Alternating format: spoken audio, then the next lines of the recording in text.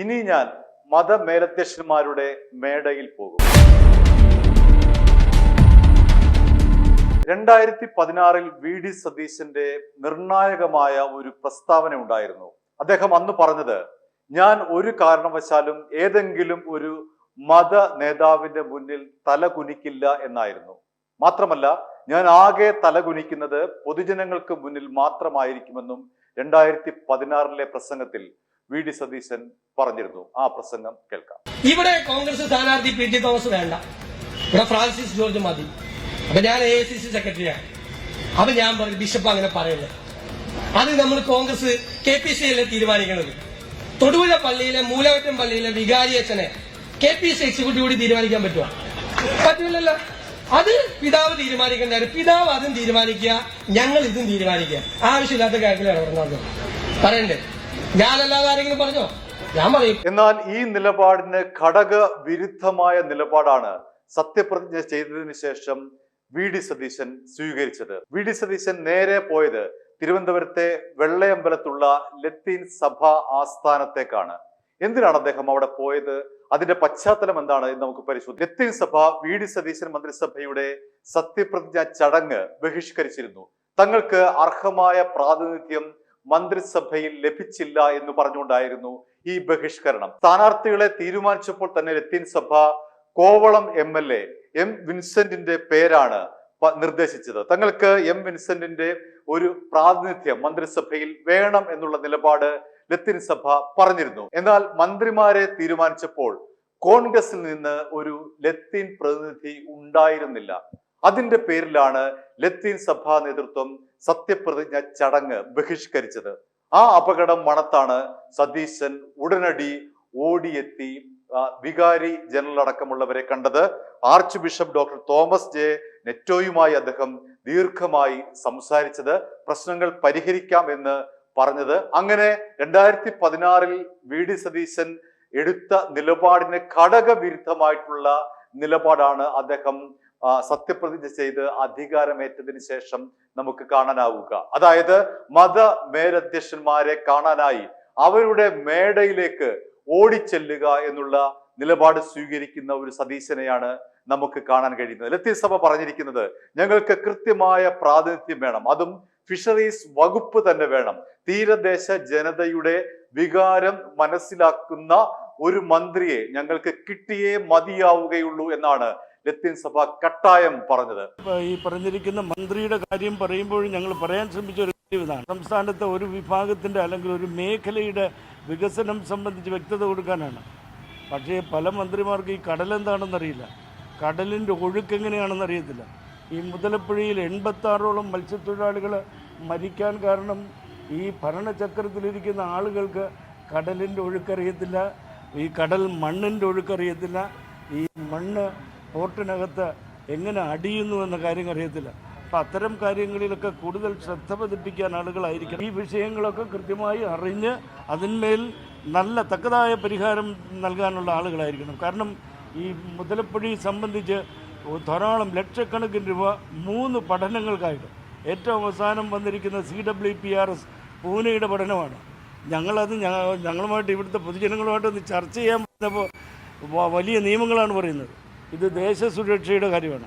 അപ്പോൾ ഈ പറഞ്ഞിരിക്കുന്ന മന്ത്രിതലത്തിരിക്കുന്ന ആളുകൾക്ക് ജനങ്ങളുടെ വികാരങ്ങൾ മനസ്സിലാക്കിയില്ലെങ്കിൽ ഓരോ വർഷകാലത്തും ധാരാളം ജീവനുകൾ പൊലിഞ്ഞു പോകുന്ന വളരെ ദുഃഖകരമായ അവസ്ഥയുണ്ട്.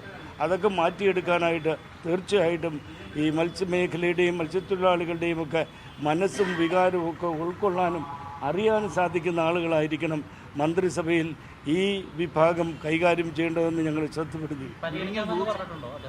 അദ്ദേഹം കൂടുതൽ ഊന്നൽ നൽകിയതാണ്. ഈ വിഷയത്തിൽ അദ്ദേഹത്തിന് തന്നെ വളരെ പ്രത്യേകമായൊരു ശ്രദ്ധയുണ്ടാകും. ബാക്കി കാര്യങ്ങളൊക്കെ പരിഗണിക്കാമെന്ന് പറഞ്ഞു. മറ്റൊരു കാര്യം, ഈ സഭയ്ക്ക് ഒരാളെ അങ്ങോട്ട് സജസ്റ്റ് ചെയ്യാനുണ്ടോ? ഇത്തരമൊരാളെ തീർച്ചയായിട്ടും ഞങ്ങൾ ഇതിൻ്റെ ചർച്ചകൾ പുരോഗമിക്കുന്ന സന്ദർഭത്തിൽ വളരെ കൃത്യമായി കാര്യങ്ങളൊക്കെ അവതരിപ്പിച്ചിട്ടുണ്ടോ, അത് പരിഗണിക്കാമെന്ന് പറഞ്ഞു. നിങ്ങൾക്ക് എല്ലാവർക്കും അറിയാം, ഈ മന്ത്രിസഭ രൂപീകരിക്കുന്നതുമായി ബന്ധപ്പെട്ട് നടന്ന അന്തർനാടകങ്ങളൊക്കെ. തീർച്ചയായിട്ടും അത്തരം അന്തർനാടകങ്ങളിലൊക്കെ ഒഴുകിപ്പോയി ഈ സാധാരണക്കാരുടെ ഞാൻ പറയുന്നത് ആദിവാസികൾ, ദളിതർ, മത്സ്യത്തൊഴിലാളികൾ ഇതുപോലുള്ള വിഭാഗങ്ങളുടെ വേണ്ടത്ര ശ്രദ്ധ ഇന്നും വന്നിട്ടില്ല. മുഖ്യമന്ത്രി അത് ഏറ്റെടുക്കും എന്ന് പറഞ്ഞിട്ടുണ്ട്, സഭയുടെ താല്പര്യം അറിയിച്ചിട്ടുണ്ട്, മുൻകൂട്ടി അറിയിച്ചിട്ടുണ്ടായിരുന്നു. ഈ കേന്ദ്രത്തിൽ ഒരു ഫിഷറീസ് മന്ത്രിയുണ്ട്, ഏതെങ്കിലും തരത്തിൽ ഉപയോഗമുണ്ടോ? അദ്ദേഹം മന്ത്രിസ്ഥാനം ഏറ്റെടുത്തിട്ട് ആദ്യം വന്നത് തിരുവനന്തപുരത്തേക്ക് വന്നത് ഈ വെള്ളയമ്പലം ബിഷപ്സ് ഹൗസിലേക്കാണ്. ജോർജ് കുര്യൻ അദ്ദേഹത്തിനോട് ഞങ്ങൾ മുതലപ്പുഴയുടെ പ്രശ്നങ്ങൾ പരിഹരിച്ചു, അപ്പോൾ നിർദ്ദേശിച്ചു. അദ്ദേഹമാണ് 102 കോടി രൂപ അനുവദിപ്പിച്ചത്. അതുമാത്രമല്ല, അദ്ദേഹം ബാംഗ്ലൂരിൽ നിന്ന് ഒരു വിദഗ്ധ സമിതി ഇവിടെ കൊണ്ടുവന്നിരുന്നു. പക്ഷേ ഈ വിദഗ്ധരുടെയൊക്കെ അഭിപ്രായം ഉൾക്കൊള്ളാനായിട്ട് നമ്മുടെ ഇവിടുത്തുള്ള ബ്യൂറോക്രാറ്റ്സ് ഒന്നും റെഡിയല്ല. അവർക്ക് അവരുടേതായ ചില വ്യക്തിപരമായ പ്രത്യേക താല്പര്യങ്ങളുണ്ട്. അതുകൊണ്ടാണ് ഈ മുതലപ്പുഴ ഇന്നും പ്രശ്നം പരിഹാരമാകാതെ നിൽക്കുന്നത്. ഈ വർഷകാലത്തും അവിടുത്തെ മത്സ്യത്തൊഴിലാളികൾ പറയുന്നത് ഞങ്ങൾക്ക് ഈ മുതലപ്പുഴയിലൂടെ കടലിലേക്ക് പോകാൻ പറ്റുന്നില്ല, വലിയ അപകടങ്ങളുണ്ടാകും. കാരണം വളരെ അശാസ്ത്രീയമായിട്ട് തന്നെയാണ് ഇപ്പോഴും അവിടെ നിർമ്മാണം നടത്തിക്കൊണ്ടിരിക്കുന്നത്. അതെ, തീർച്ചയായിട്ടും ഞാനെന്നും പൊതുജനങ്ങളുടെ കൂടെയാണ്. നമ്മുടെ കേരളത്തിൻ്റെ മനസ്സിനോട് ചേർന്നാണ്. ഈ കേരളം വികസിക്കണം. അദ്ദേഹം പറയുന്നത് ഒരു നവയുഗ സൃഷ്ടിക്കായിട്ട് അത്തരം ദർശനങ്ങൾ രൂപപ്പെടുത്തണമെന്നും പൊതുസമൂഹത്തിൽ ഉറച്ച് സംസാരിക്കുന്ന ആളാണ്. ഫാദർ, ഒരു കാര്യം കൂടെ, ഇപ്പോൾ ഇങ്ങനെ ഒരു കാര്യം പറയുമ്പോഴും 10 വർഷം ഇടത് സർക്കാരാണ് ഇവിടെ ഭരിച്ചത്, അപ്പോൾ അവരൊന്നും ചെയ്തില്ല എന്നുള്ളൊരു അഭിപ്രായം. അങ്ങനെ ഒന്നും ചെയ്തില്ല എന്നല്ല, പക്ഷേ അത് ഫോക്കസ്ഡ് ആയിരുന്നില്ല.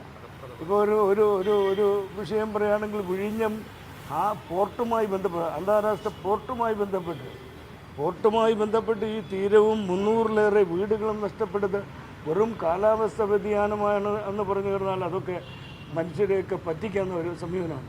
ഞാൻ ഈ തീരപ്രദേശത്തുള്ളതാണ്. ഞാൻ താമസിക്കുന്നത് പുത്തൻതോപ്പ് പ്രദേശത്താണ്. അവിടെ ഈ കാലാവസ്ഥാ വ്യതിയാനം ഉണ്ടായിട്ടില്ല. അപ്പോൾ കാലാവസ്ഥാ വ്യതിയാനങ്ങളിൽ അതെല്ലായിടത്തും ഉണ്ടാകണം. എന്തുകൊണ്ടാണ് ശംഖുമുഖവും വലിയതുറ, പൂന്തുറ, ഭീമാവള്ളി പ്രദേശം മാത്രം പോകുന്നത്? ഇപ്പോൾ പനത്തുറയിൽ മത്സ്യത്തൊഴിലാളികൾ വളരെ പ്രയാസത്തിലാണ്. കാരണം അവിടെ ഉണ്ടായിരുന്ന പോയി. ഇതിന് പ്രധാനപ്പെട്ട കാരണം ഈ നിർമ്മാണം തന്നെയാണ്. അത് ശാസ്ത്രജ്ഞന്മാർ പറഞ്ഞിട്ടുണ്ട്. പക്ഷേ ഈ ശാസ്ത്രജ്ഞന്മാരെയൊക്കെ ഇന്ന് കീശയിലാക്കുന്ന ചില യജമാനന്മാരാണ് നമ്മളെയൊക്കെ നയിക്കുന്നത്. അത് തെറ്റാണ്. സതീശൻ അതിൽ എന്ത് നിലപാട് സ്വീകരിക്കും എന്നതിനെ സംബന്ധിച്ച് നമുക്ക് ഇപ്പോഴും വ്യക്തതയില്ല. കാരണം മന്ത്രിമാരുടെ വകുപ്പുകൾ ഇതുവരെയും തീരുമാനിച്ചിട്ടില്ല എന്നുള്ളതാണ് യാഥാർത്ഥ്യം. അവിടെ സങ്കീർണമായ പ്രശ്നങ്ങൾ നിലനിൽക്കുന്നു. ആർക്കൊക്കെ എന്തെല്ലാം വകുപ്പുകൾ നൽകണം എന്നതിനെ സംബന്ധിച്ചുള്ള UDF-ലെ ഉഭയകക്ഷി ചർച്ചകൾ ഇപ്പോഴും പുരോഗമിച്ചുകൊണ്ടിരിക്കുന്നതേയുള്ളൂ. എന്നാൽ ഫിഷറീസ് വകുപ്പ് മുസ്ലിം ലീഗിന് നൽകുമെന്നാണ് ഈ ചർച്ചയിലൂടെ ലഭിക്കുന്ന സൂചന. ഉറപ്പില്ല. അങ്ങനെ മുസ്ലിം ലീഗിന് ഒരു കാരണവശാലും ഫിഷറീസ് വകുപ്പ് നൽകാൻ പാടില്ല എന്നുള്ളതാണ് ലത്തീൻ സഭയുടെ നിലപാട്. ലത്തീൻ സഭയുടെ നിലപാട് എത്രത്തോളം മുസ്ലിം ലീഗ് അംഗീകരിക്കും, എത്രത്തോളം കോൺഗ്രസ് അംഗീകരിക്കും എന്നതിനെ സംബന്ധിച്ച് നമുക്ക് വ്യക്തമായ ധാരണയില്ല. എന്തു തന്നെയായാലും സതീശൻ ആവർത്തിക്കാറുള്ള തന്റെ മുൻ നിലപാടിൽ നിന്ന് പൂർണ്ണമായി വ്യതിചലിച്ചിരിക്കുന്നു എന്ന് വേണം നമുക്ക് ഈ കൂടിക്കാഴ്ചയെ നോക്കിക്കാണേണ്ടത്. കാരണം ഒരു കാരണവശാലും ഒരു മത മേലധ്യക്ഷന്മാരുടെ മുന്നിൽ തല കുനിക്കില്ല എന്നുള്ള നിലപാട് സതീശൻ മറന്നു. അദ്ദേഹം ആദ്യം ഓടിപ്പോയത് ബിഷപ്പിന്റെ മുന്നിലേക്കാണ്. ഇത്തരത്തിലുള്ള ഇരട്ടത്താപ്പാണ് സതീശനെ അപ്രിയനാക്കുന്നത്. സതീശന് എതിർപ്പ് വിളിച്ചു വരുത്തുന്നതെല്ലാം തന്നെ ഇത്തരത്തിലുള്ള ഡബിൾ സ്റ്റാൻഡാണ്. അദ്ദേഹം പറയുന്നതല്ല പലപ്പോഴും പ്രവർത്തിക്കുന്നത്. നിലപാടുകളുടെ രാജകുമാരനൊക്കെ ആലങ്കാരികമായി പറയുന്നെങ്കിലും യാഥാർത്ഥ്യം മറ്റൊന്നാണ്. പറയുന്നതൊന്ന്, പ്രവർത്തിക്കുന്നത് മറ്റൊന്ന്. അതാണ് നമ്മൾ കഴിഞ്ഞ ദിവസം കണ്ടത്. ആദ്യം സത്യപ്രതിജ്ഞ ചെയ്തതിന് ശേഷം ഓടിപ്പോയത് ഈ ബിഷപ്പ് ഹൗസിലേക്കാണ്. സതീശന് വേണമെങ്കിൽ അവിടേക്ക് തന്റെ ഒരു പ്രതിനിധിയെ അയക്കാമായിരുന്നു. ഒരു മുഖ്യമന്ത്രി തന്നെ നേരിട്ട് പോയി സഭാ മേലധ്യക്ഷന്മാരുടെ മുന്നിൽ കുമ്പിടുന്ന കാഴ്ച നാണക്കേട് തന്നെയാണ്. സതീശന് ആ ഒരു നാണക്കേട് ഒഴിവാക്കാമായിരുന്നു. അദ്ദേഹത്തിന് ഒരു പ്രതിനിധിയെ ലത്തീൻ സഭ ആസ്ഥാനത്തേക്ക് അയച്ചുകൊണ്ട് തന്റെ മനസ്സിലുള്ള കാര്യം അവരോട് പറയാമായിരുന്നു. ലത്തീൻ സഭാ നേതൃത്വത്തിന് ഈ പ്രതിനിധിയോട് തങ്ങളുടെ വികാരവും പ്രകടിപ്പിക്കാൻ കഴിയുമായിരുന്നു. പക്ഷേ അത്തരത്തിലുള്ള ഒരു നിലപാട് സ്വീകരിക്കാതെ ഒരു മുഖ്യമന്ത്രി തന്നെ, ഒരു സംസ്ഥാനത്തിന്റെ മുഖ്യമന്ത്രി തന്നെ നേരിട്ട് പോയി ഒരു സഭയ്ക്ക് മുന്നിൽ കീഴടങ്ങുന്ന കാഴ്ച നാണക്കേട് തന്നെയാണ് കേരളത്തിന് വരുത്തി വച്ചിരിക്കുന്നത്. ഇത്തരത്തിലുള്ള നിലപാടുകൾ സതീശൻ ആവർത്തിച്ചാൽ നിലപാടുകളുടെ രാജകുമാരൻ എന്ന് കൂടെ ജനങ്ങളെ ഓർമ്മിപ്പിക്കുന്ന ആ ഒരു തിരുത്തൽ തീർച്ചയായും വേണ്ടിവരും. നിലപാടുകളില്ലാത്ത രാജകുമാരൻ എന്ന് ജനങ്ങൾ വായിക്കേണ്ടി വരും. കാരണം ഇപ്പോൾ എല്ലാ മാധ്യമങ്ങളും സുതാര്യമാണ്, ഒന്നും ഒളിച്ചു വെക്കാൻ കഴിയില്ല. എല്ലാ മാധ്യമ സ്ഥാപനങ്ങളുടെയും ലൈബ്രറികളിൽ ഓരോ പ്രസംഗവും ഓരോ പ്രസ്താവനയും ഉണ്ട്. അതുകൊണ്ട് പഴയ കാര്യങ്ങളൊക്കെ കുത്തിപ്പൊക്കാൻ വളരെ എളുപ്പമാണ്. അതുകൊണ്ട് നിലപാടുകൾ രാജകുമാരൻ എന്ന് പറയുമ്പോൾ ആ നിലപാടുകൾ സ്വീകരിക്കാൻ സതീശൻ ബാധ്യസ്ഥനാണ്. പഴയ നിലപാടുകളിൽ നിന്ന് പിന്നോട്ട് പോകാതിരിക്കാൻ അദ്ദേഹം ബാധ്യസ്ഥനാണ്. പക്ഷേ നിർഭാഗ്യവശാൽ അങ്ങനെ ഉണ്ടാകുന്നില്ല എന്നുള്ളതാണ് സതീശന്റെ ഏറ്റവും വലിയ പരാജയം. i2i News, an eye for truth. i2i News subscribe ചെയ്തിട്ടില്ലാത്തവർ ഇപ്പോൾ തന്നെ സബ്സ്ക്രൈബ് ചെയ്യുക. നോട്ടിഫിക്കേഷൻ ലഭിക്കുവാൻ ബെൽ ബട്ടണും അമർത്തുക.